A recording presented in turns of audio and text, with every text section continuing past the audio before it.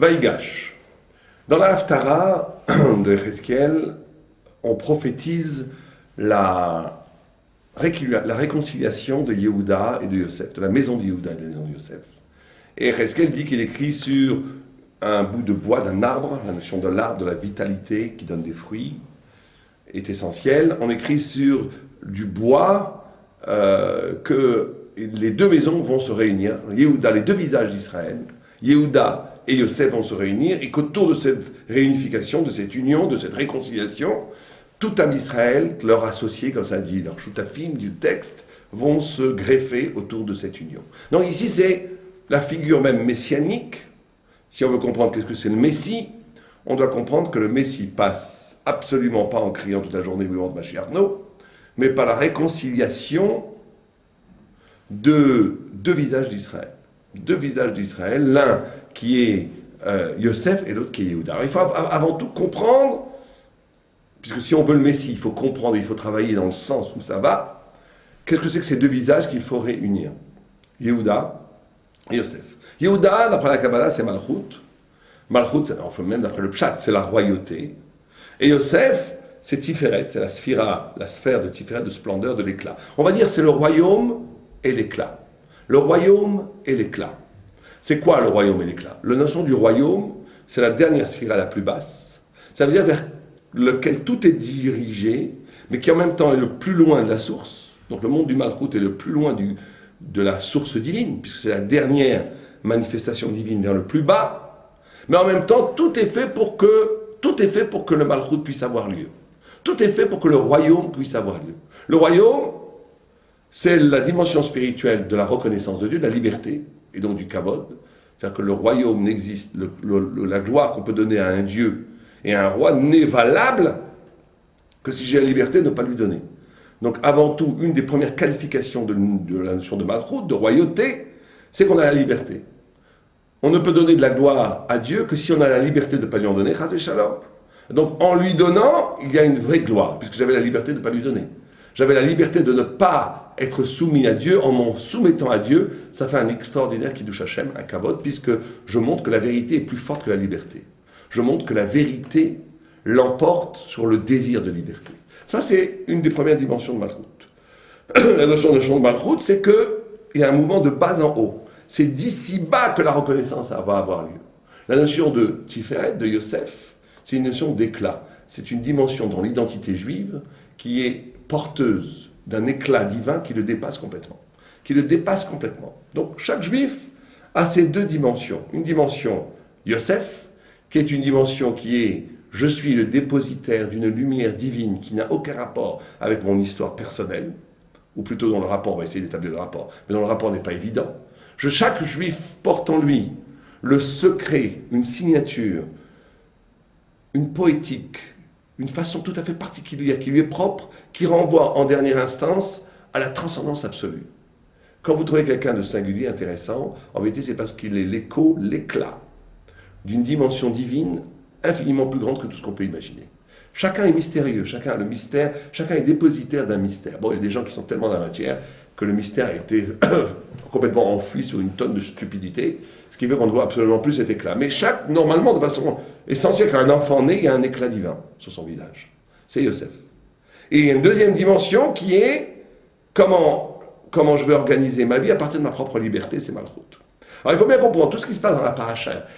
On ne peut comprendre la paracha que comme ça. Le messianisme va être la réunification, l'union de ces deux dimensions. Il faut qu'on explique qu'est-ce que c'est que cette union. Vous savez que toute la paracha, c'est extraordinaire. Ce jeu que Yosef fait jouer avec ses frères, et après il dit « je suis Yosef », et ils sont stupéfaits, ils ne peuvent plus dire un mot, toute cette extraordinaire scène.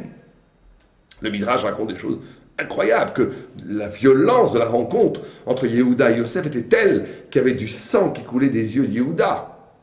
Il y a eu dans le non-dit et dans la tension phénoménale de la rencontre des deux frères, le Midrash dit que c'est l'équivalent, si vous préférez, de pierres de plusieurs tonnes qui ont été broyées dans les mains de Yehuda.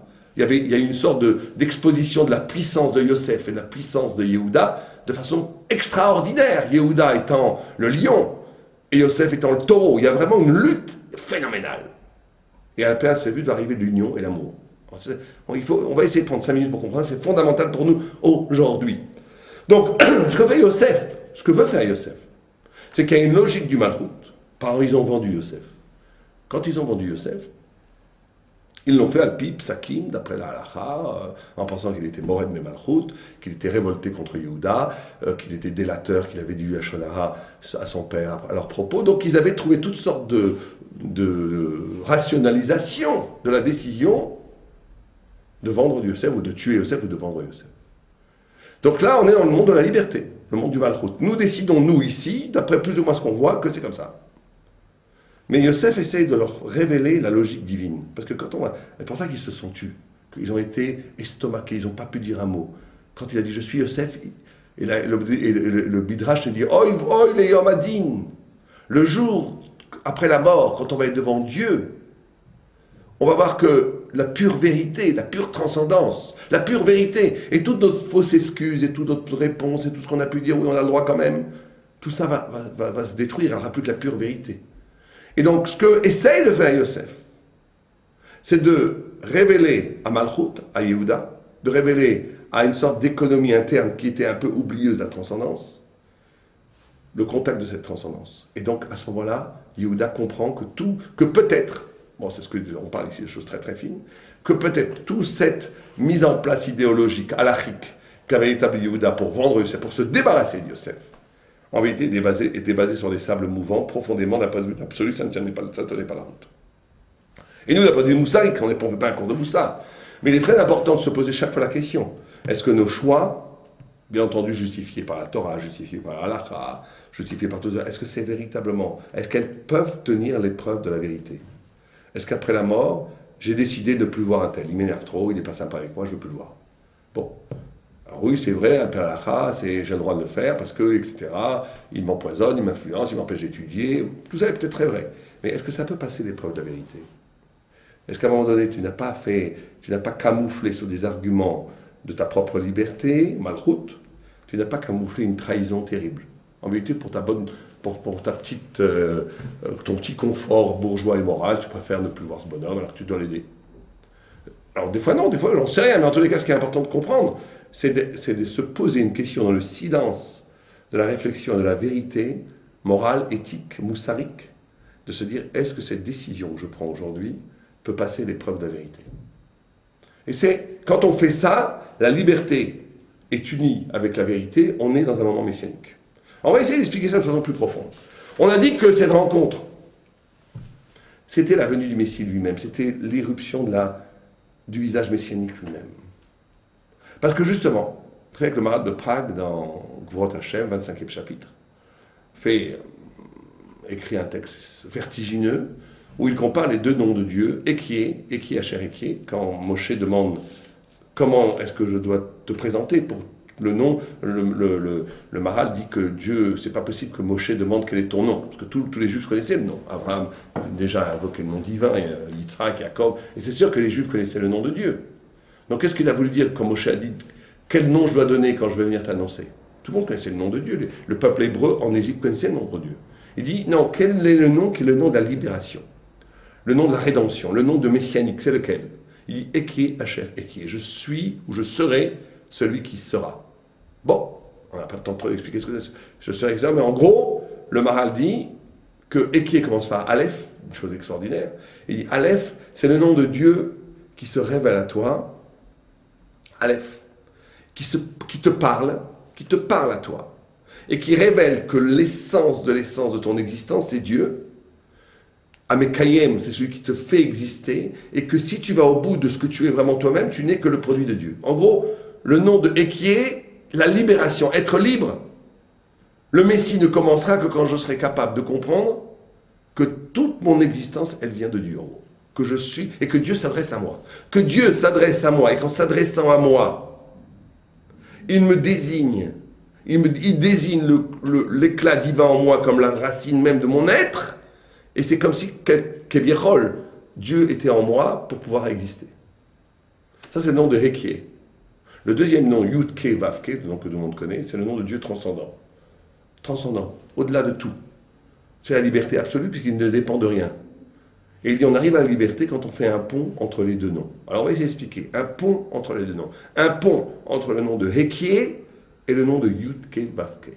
Tout le monde comprend que ce pont-là, c'est la reproduction de ce qu'on vient de parler, de ce dont on vient de parler. Ça veut dire Yosef, qui est Tiferet. Tiferet, c'est l'éclat du haut vers le bas, l'éclat du nom de Dieu dans le monde, l'indépendance, la beauté, la splendeur, la vérité. Et qui est le nom de la délivrance de Malchut, c'est Malchut, c'est le mouvement de bas en haut, qui commence par Aleph. Et quand les deux choses se lient, le Messie arrive. Alors ça veut dire quoi que les choses se lient? On est ici dans un double mouvement magnifique que chacun d'entre nous doit au moins essayer de commencer à faire. C'est vrai que c'est très dur, ça demande des choses, ça demande un travail tellement énorme qu'on se demande des fois si c'est pas... Il y a des fois, quand on étudie ces textes, on a l'impression de dire est-ce que la Torah n'a été donnée que pour les anges? Ben oui, tous les juifs sont des anges. Il y a une exigence, on nous demande à chacun d'entre nous d'être un surhomme. On est tous des superman, voilà. Les juifs sont tous des superman. Parce que c'est vrai que quand on dit qu'il y a des choses que la Torah exige d'un simple juif, qui sont au-delà de l'entendement, ça paraît héroïque. Ben oui, être juif, c'est vivre une vie héroïque. Et entre autres, on te demande ce double mouvement. C'est quoi ce double mouvement? Premier mouvement, être capable de traduire tout ce qui t'est singulier, tout ce qui t'est poétiquement personnel, tout ce qui est ta subjectivité la plus profonde, de sortir justement d'une subjectivité purement individualiste et de traduire tout ce qui t'est propre en signe d'une parole de Dieu. Dieu te parle. Dieu, en te parlant, t'a défini, cette parole a défini un caractère, une subjectivité qui t'est propre, un trait de caractère qui t'est propre, ta personnalité, on va dire. Ton être le plus profond, ce que tu es profondément, est le reflet de la parole de Dieu. Donc traduire ça. Maintenant, quand cette traduction, on a dit que le Maharal dit que c'est ce Aleph, qui est toi dans ta forme, qui a compris que ce toi est le produit de la parole de Dieu, c'est ce qui va faire le pont avec Yud Vavke, avec l'absolu de la vérité divine, avec le monde entier. C'est-à-dire que tu vas être capable, à partir de toi-même, de donner un sens au monde entier. Et d'un autre côté, tu dois comprendre que le monde entier qui a créé l'objectivité de la vérité, l'objectivité du monde, le monde entier a été créé pour toi. Le monde entier est un message universel, mais aussi qui s'adresse, c'est ça le miracle de Dieu, c'est que quand au mont Sinaï, Dieu parlait à tout le monde, et chacun avait l'impression qu'il lui parlait qu'à lui. Chaque juif avait l'impression que Dieu ne parle qu'à moi. C'est incroyable, c'est la parole absolue que j'ai toujours rêvé d'entendre. C'est tellement intime, tellement personnel, qu'il ne parle qu'à moi. Mais oui, Dieu ne parlait qu'à toi, mais en même temps, il parlait à tout Am Israël, et en vérité, il parlait au monde entier, puisque la Torah a été traduite en 70 langues simultanément, instantanément. Vous comprenez, c'est des choses très profondes, mais extraordinairement importantes. C'est-à-dire qu'on a un double mouvement. Comment le moi, le plus intime, va me permettre de rejoindre le multiple. C'est-à-dire que moi, je vais être celui qu'à partir de moi va donner sens au monde entier. Et comment le monde entier, le multiple, je vais l'unifier parce qu'il ne dit qu'un message à moi.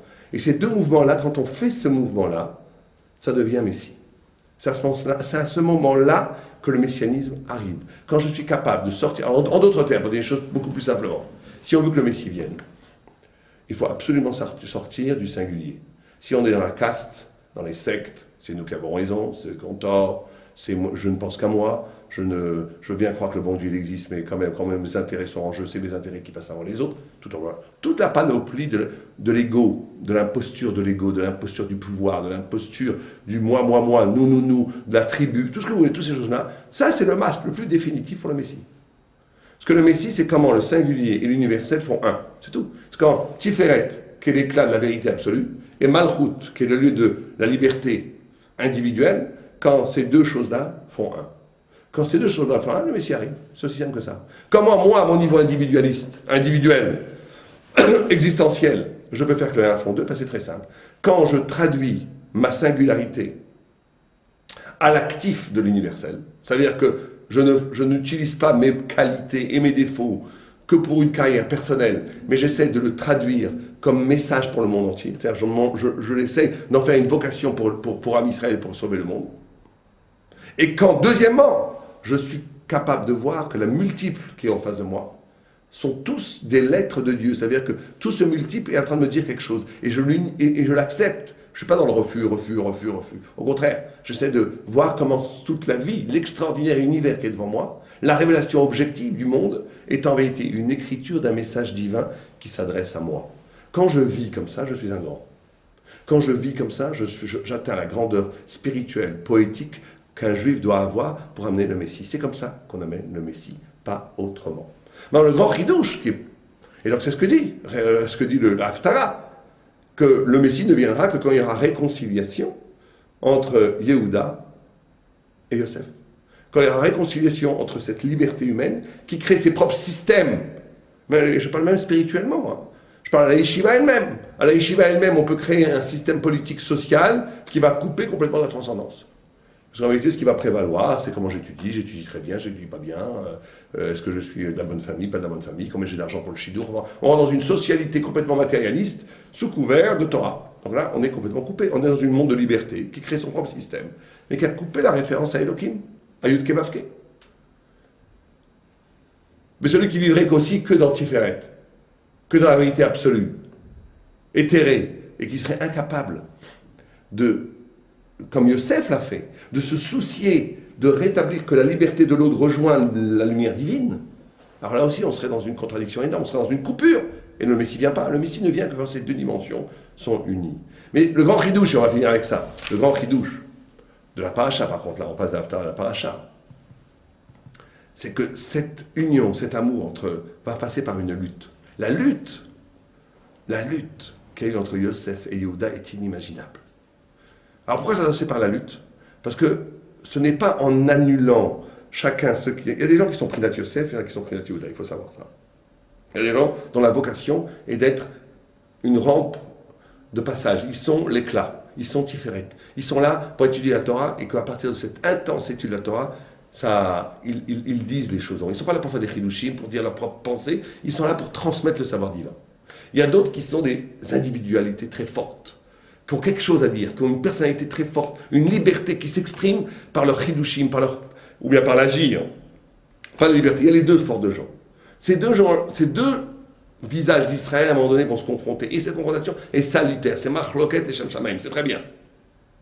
Il faut une confrontation. Le grand chidouche, c'est qu'il ne faut pas que, genre, dire, bon, allez, c'est pas grave, on ne se regarde pas, ou on ne se fait pas la Machloket, ou on fait tout ça, que c'est dans une bouillie, c'est la même chose. C'est pas... L'unification va passer par une vraie confrontation.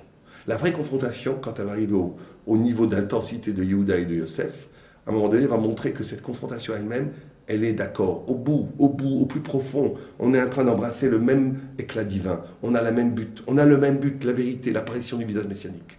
Quand on comprend ça, c'est là où la paix arrive. La paix n'arrive qu'au prix d'une radicalisation de la pensée. On ne va pas faire la paix en disant, allez, on ne regarde pas les concepts, on ne parle pas des idées, on boit un petit verre ensemble, on mange de la damrout ou du choulent ensemble, et on chante ensemble, et ça, au contraire, c'est camoufler le vrai enjeu de la vérité.